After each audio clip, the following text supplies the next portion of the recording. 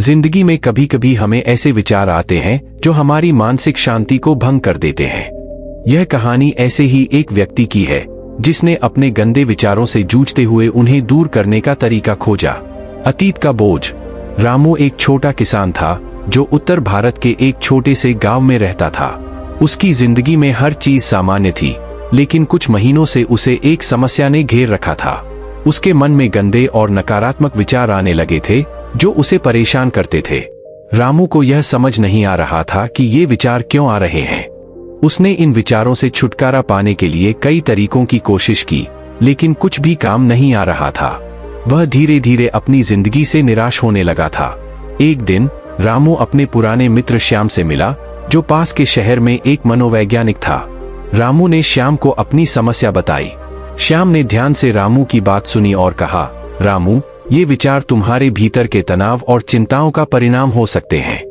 तुम्हें अपनी मानसिक स्थिति पर काम करने की जरूरत है। श्याम ने रामू को कुछ सुझाव दिए। श्याम ने रामू को रोज ध्यान और योग करने की सलाह दी। यह मानसिक शांति और स्थिरता लाने में मदद कर सकता है। अपने मन को सकारात्मक और रचनात्मक कार्यों में व्यस्त रखना भी मददगार हो सकता है। अगर स्थिति गंभीर हो तो मनोचिकित्सक से मिलकर परामर्श लेना उचित रहेगा। श्याम की सलाह मानकर रामू ने ध्यान और योग शुरू किया। उसने देखा कि धीरे धीरे उसके मन के विचार बदलने लगे। अब वह अपनी समस्याओं पर विचार करने के बजाय समाधान पर ध्यान देने लगा था। रामू ने अपने खेत में भी कुछ नए प्रयोग करने शुरू किए। उसने जैविक खेती की शुरुआत की और गांव में इस विधि को प्रोत्साहित करने के लिए अन्य किसानों के साथ मिलकर काम करने लगा। इससे उसका ध्यान अपनी समस्याओं से हटकर सामूहिक भलाई की ओर केंद्रित हो गया। रामू ने एक और महत्वपूर्ण कदम उठाया। उसने गांव में एक छोटा सा पुस्तकालय खोला जहां विभिन्न प्रकार की पुस्तकें उपलब्ध थीं। यह पुस्तकालय गांव के बच्चों और बड़ों के लिए एक शिक्षा का केंद्र बन गया। रामू ने खुद भी कई प्रेरणादायक और ज्ञानवर्धक पुस्तकें पढ़ी, जिससे उसका मानसिक स्तर ऊंचा उठने लगा।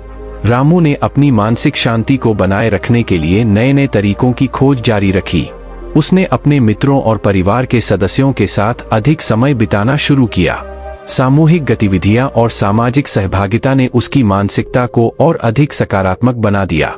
रामू ने यह भी समझा कि जीवन में हर समस्या का समाधान संभव है, बस हमें सही दृष्टिकोण और सही प्रयास करने की जरूरत है।